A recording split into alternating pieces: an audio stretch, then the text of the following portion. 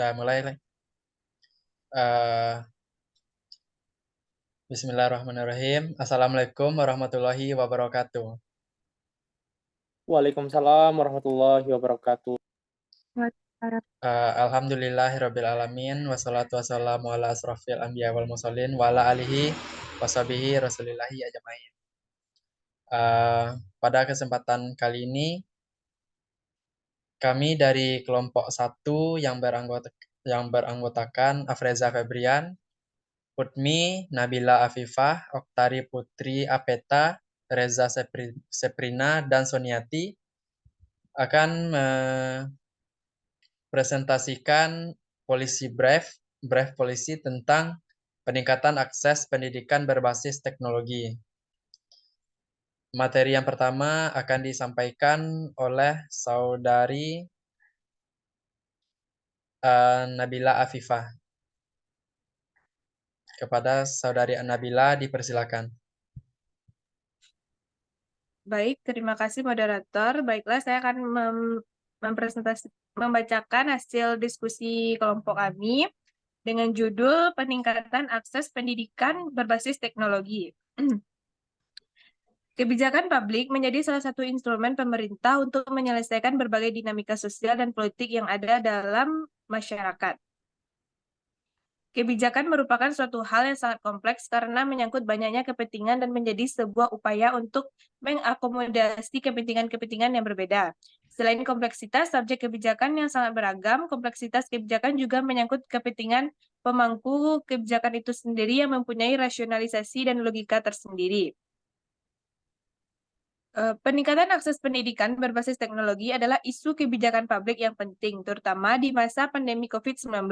Pandemi COVID-19 telah memperlihatkan betapa krusialnya pemanfaatan teknologi dalam mendukung akses pendidikan. Pemanfaatan teknologi pembelajaran seperti e-learning dan platform pembelajaran digital dapat membantu mengatasi ketimpangan akses pendidikan berkualitas yang semakin lebar. Transformasi digital dalam dunia pendidikan juga menuntut institusi pendidikan untuk beradaptasi dengan perkembangan teknologi agar dapat memberikan pembelajaran yang lebih efektif dan efisien. Dalam pendidikan modern, diperlukan adanya intervensi teknologi informasi untuk mendukung pelaksanaan kegiatan pembelajaran baik di tingkat sekolah maupun perguruan tinggi. Di era globalisasi, pendidikan perlu beradaptasi dengan perubahan pola pikir dan kebutuhan yang serba cepat, praktis, dan tepat. Kehadiran teknologi informasi mampu melayani kebutuhan tersebut. Teknologi informasi berperan sebagai alat bantu pembelajaran melalui berbagai sarana komunikasi modern, misalnya komputer, ponsel, surat elektronik, email, software belajar online, dan lain sebagainya. Artinya, dukungan TI memberikan kesempatan kepada pengajar untuk tetap menyediakan pembelajaran tanpa harus bertatap muka dengan siswanya. Demikian pula siswa bisa memperoleh materi, informasi, dan referensi dengan jangkauan lebih luas. Baik, itulah materi dari saya. Saya kembalikan kepada moderator. Baik, terima kasih kita ucapkan ke saudari Nabila yang telah menyampaikan materinya. Selanjutnya masuk ke bab pendekatan dan hasil. Yang pertama yaitu materi tentang formulasi kebijakan yang akan disampaikan oleh Reza Seprina. Kepada saudari Reza dipersilakan. Baiklah, materi selanjutnya yaitu formulasi kebijakan. Formulasi kebijakan itu sendiri merupakan masalah yang sudah masuk dalam agenda kebijakan, kemudian dibahas oleh para pembuat kebijakan. Masalah-masalah tadi didefinisikan untuk kemudian dicari pemecahan masalah yang terbaik. Pemecah masalah tersebut berasal dari berbagai alternatif atau pilihan kebijakan yang ada.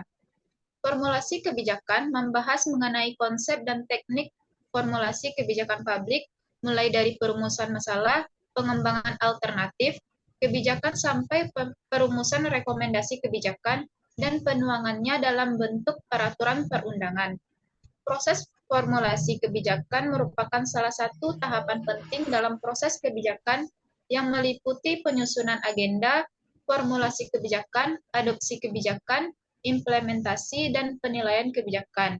Keberhasilan suatu kebijakan tidak terlepas dari proses formulasinya. Proses dan tahapan pada formulasi kebijakan yaitu terdapat dua kegiatan. Kegiatan pertama adalah memutuskan secara umum apa yang harus dilakukan, atau dengan kata lain, perumusan diarahkan untuk memperoleh kesepakatan tentang suatu alternatif kebijakan yang dipilih. Suatu keputusan yang menyetujui adalah hasil dari proses seluruhnya. Kegiatan yang kedua yaitu diarahkan pada bagaimana keputusan-keputusan kebijakan dibuat. Dalam hal ini, suatu keputusan kebijakan mencakup tindakan oleh seseorang pejabat atau lembaga resmi untuk menyetujui, mengubah, atau menolak suatu alternatif kebijakan yang dipilih. Selanjutnya yaitu ada model formulasi kebijakan, yaitu yang pertama model elit massa, yaitu kebijakan sebagai prevensi elit. Rakyat dibuat apatis dan miskin informasi sehingga elitlah yang membentuk pendapat umum serta kebijakan mengalir dari elit ke massa melalui administrator atau pejabat pemerintah dan bikrorat. Model yang kedua yaitu model kelompok, yaitu kebijakan akan bergerak ke arah yang diinginkan. Kelompok yang memenangkan pengaruh dan menjauh dari kelompok yang kehilangan pengaruh. Yang ketiga yaitu model rasional, yaitu model yang mengedepankan gagasan bahwa kebijakan publik sebagai maksimum sosial, yang berarti pemerintah sebagai pembuat kebijakan harus memilih kebijakan yang memberikan manfaat optimum bagi masyarakat. Yang keempat yaitu model inkremental, yaitu model yang melihat bahwa kebijakan publik merupakan variasi atau kelanjutan kebijakan masa lalu. Yang terakhir yaitu model kelembagaan, yaitu mendasarkan pada fungsi-fungsi kelembagaan dari pemerintah di setiap sektor dan tingkat dalam formulasi kebijakan. Baiklah, sekian materi dari saya kembalikan kepada moderator. Baik, terima kasih.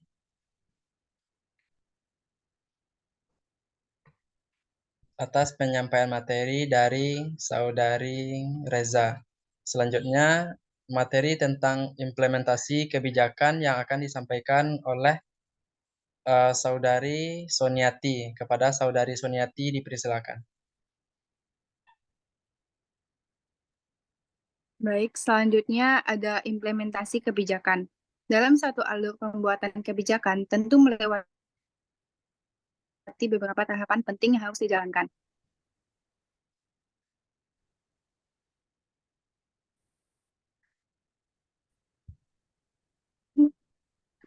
Kok hitam?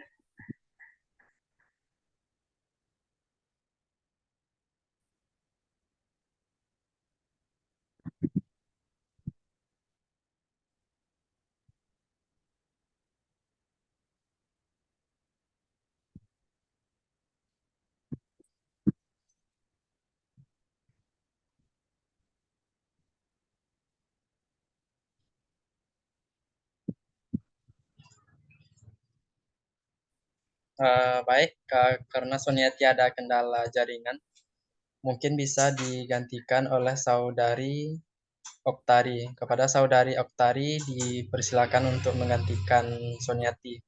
Nanti akan dilanjutkan oleh Saudari Soniati ketika sudah stabil jaringan. Baiklah, di sini saya Oktari Putri Aperta dengan NIM 2104239 akan melanjutkan presentasi dari Soniati, yaitu tentang implementasi kebijakan.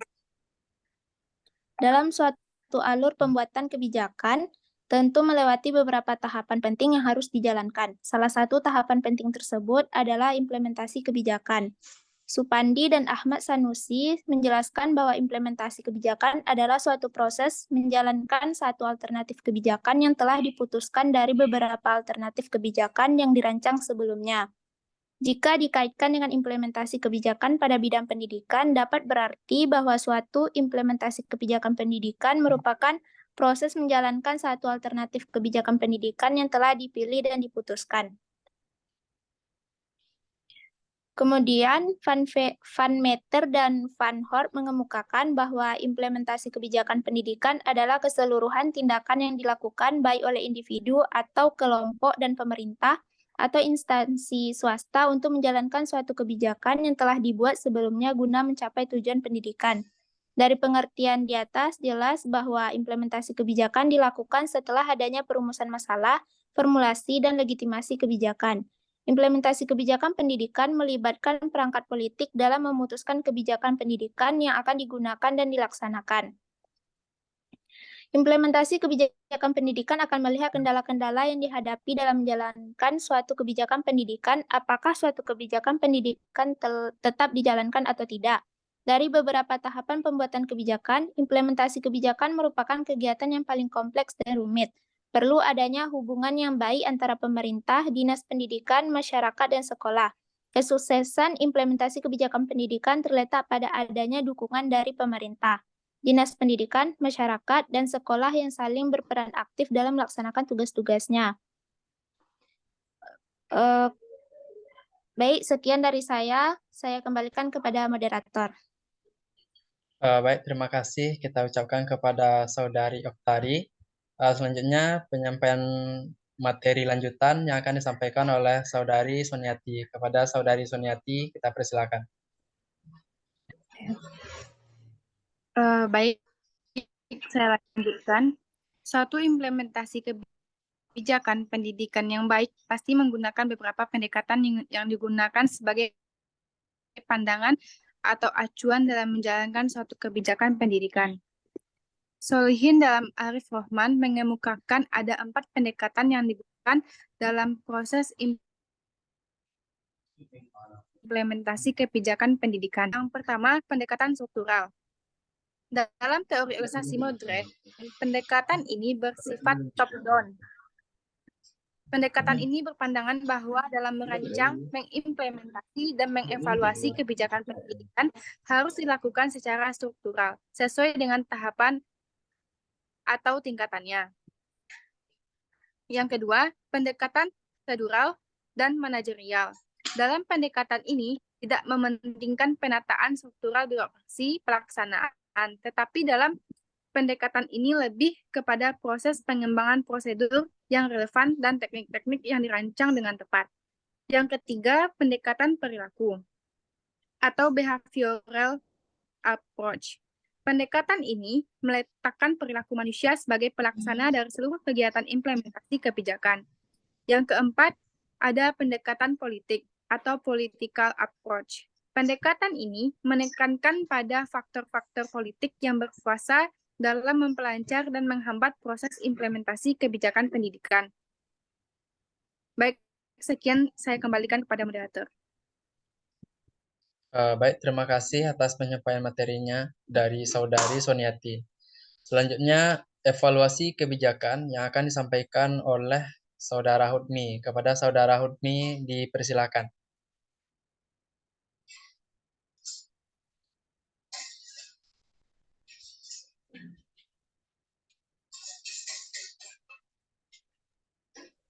Oke, baik. Terima kasih kepada moderator. Sebelumnya perkenalkan saya Hutmi dengan NIM 21042033.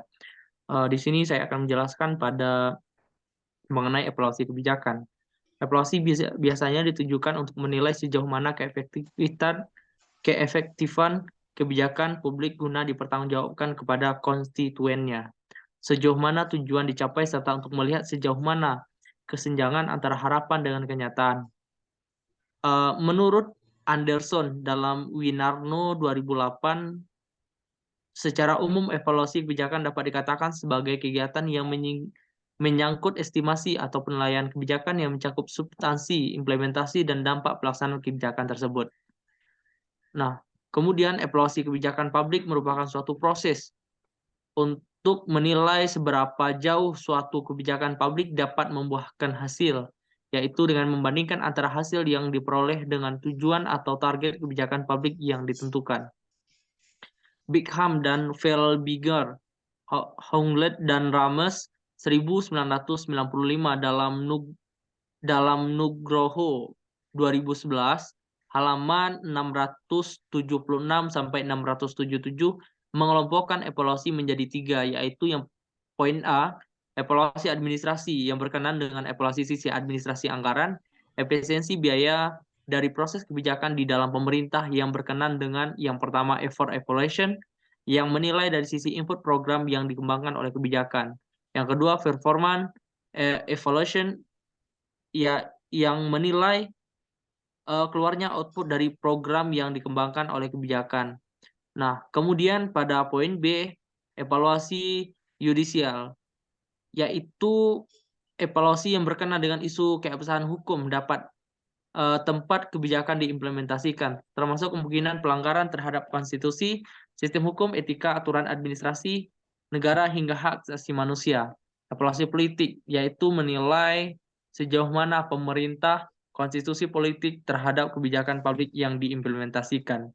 Fungsi-fungsi evaluasi kebijakan publik. Menurut Samudra dan kawan-kawan dalam Nugroho 2003, halaman 186 sampai 187, evaluasi kebijakan publik memiliki 4 fungsi. Yang pertama, eksplorasi. Melalui evaluasi dapat dipotret realitas pelaksana program dan dapat dibuat suatu generalisasi tentang pola-pola hubungan antara berbagai dimensi realitas yang diamatinya. Kemudian kepatuhan. B. Melalui evaluasi dapat diketahui apakah tindakan yang dilakukan oleh para pelaku, baik birokrasi maupun pelaku lainnya, sesuai dengan standar dan prosedur yang ditetapkan oleh kebijakan. C. Audit. Melalui evaluasi dapat diketahui apakah output benar-benar sampai ke tangan kelompok sasaran kebijakan. Dan kemudian yang D. Akunting. Dengan evaluasi dapat diketahui apa akibat sosial ekonomi dari kebijakan tersebut. Nah, evaluasi kebijakan publik mengenai pendidikan berbasis teknologi merupakan suatu proses untuk menilai efektivitas dan efisiensi kebijakan dalam mencapai tujuannya. Hal ini dapat mencakup berbagai aspek seperti isi kebijakan, implementasinya, dan dampaknya.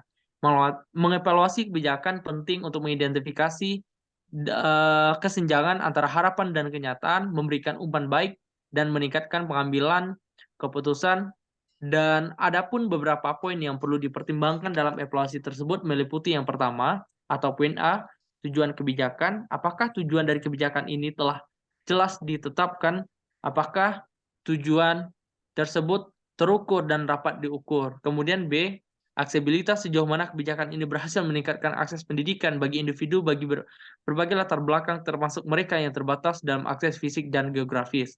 Yang C, ketersediaan infrastruktur dan teknologi. Seberapa baik infrastruktur teknologi disediakan dari berbagai latar teknologi disediakan untuk mendukung kebijakan ini. Apakah tersedia akses ke perangkat keras, koneksi internet, sumber daya mendukung lainnya. Dan di kualitas pembelajaran, bagaimana kualitas pendidikan yang disampaikan melalui teknologi ini dibandingkan dengan pendidikan konvensional? Apakah ada peningkatan dalam pencapaian belajar atau keterampilan yang diukur secara efektif? Dan E, keberlanjutan. Sejauh mana kebijakan ini berkelanjutan dan dapat dipertahankan dalam jangka panjang? Apakah ada sumber daya atau dukungan yang cukup untuk menjaga keberlanjutan kebijakan ini? Sekian penyampaian dari saya dan saya kembalikan kepada moderator.